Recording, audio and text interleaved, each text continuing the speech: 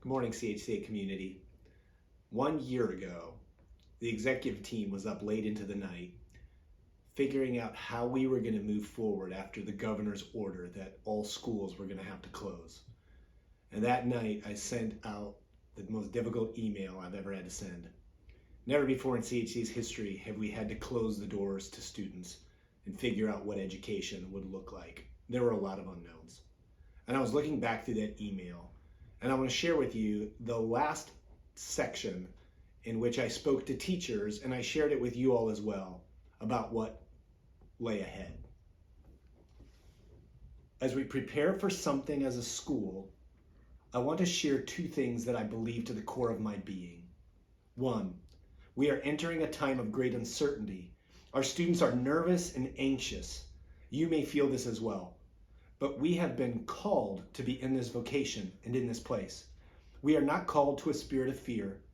We are to remember who we are and whose we are. We are showing them how to live with hope. We are presenting a confidence of people empowered by the Spirit to do hard and important things, no matter the challenge. Our students need to see that and feel that tomorrow. In a chaotic world, the Lord Almighty still sits on the throne. We are his ambassadors. 2, the things we will learn, the paths we will blaze, the opportunities we create will make us a better school. This is not merely a 3+ week Band-Aid. It is not something to just get through. It is an opportunity for us to be the school that will soar into the future. This is the school that could pave the way as leaders in spreading a Christ-centered education to young people anywhere in the world, with effectiveness and ease. We are becoming the school that God is calling us to be. This is not just an inconvenience. Out of the broken and chaotic, God creates beauty and shalom. This is our time. And from that moment forward, we learned the power of this CHC community. We learned the excellence of our innovative teachers to figure out new ways to teach and assess. It showed the kind of resilient students we had who figured out how to learn in new environments and new challenges and manage technology in ways never before. And as we celebrated the end of that fourth quarter, there was still the looming feeling of not knowing what the future would bring. This community suffered loss. We had pain. We had fears and anxieties. But as we came boldly into the new year, we started in person and on time. We took precautions. We decided, though, that we needed our community to be together to learn and to grow.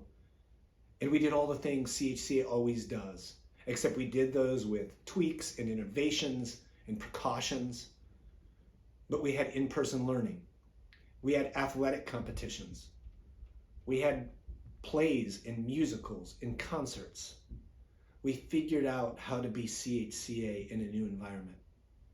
It has not been easy, but in the midst of this, we've lived out our calling as a school.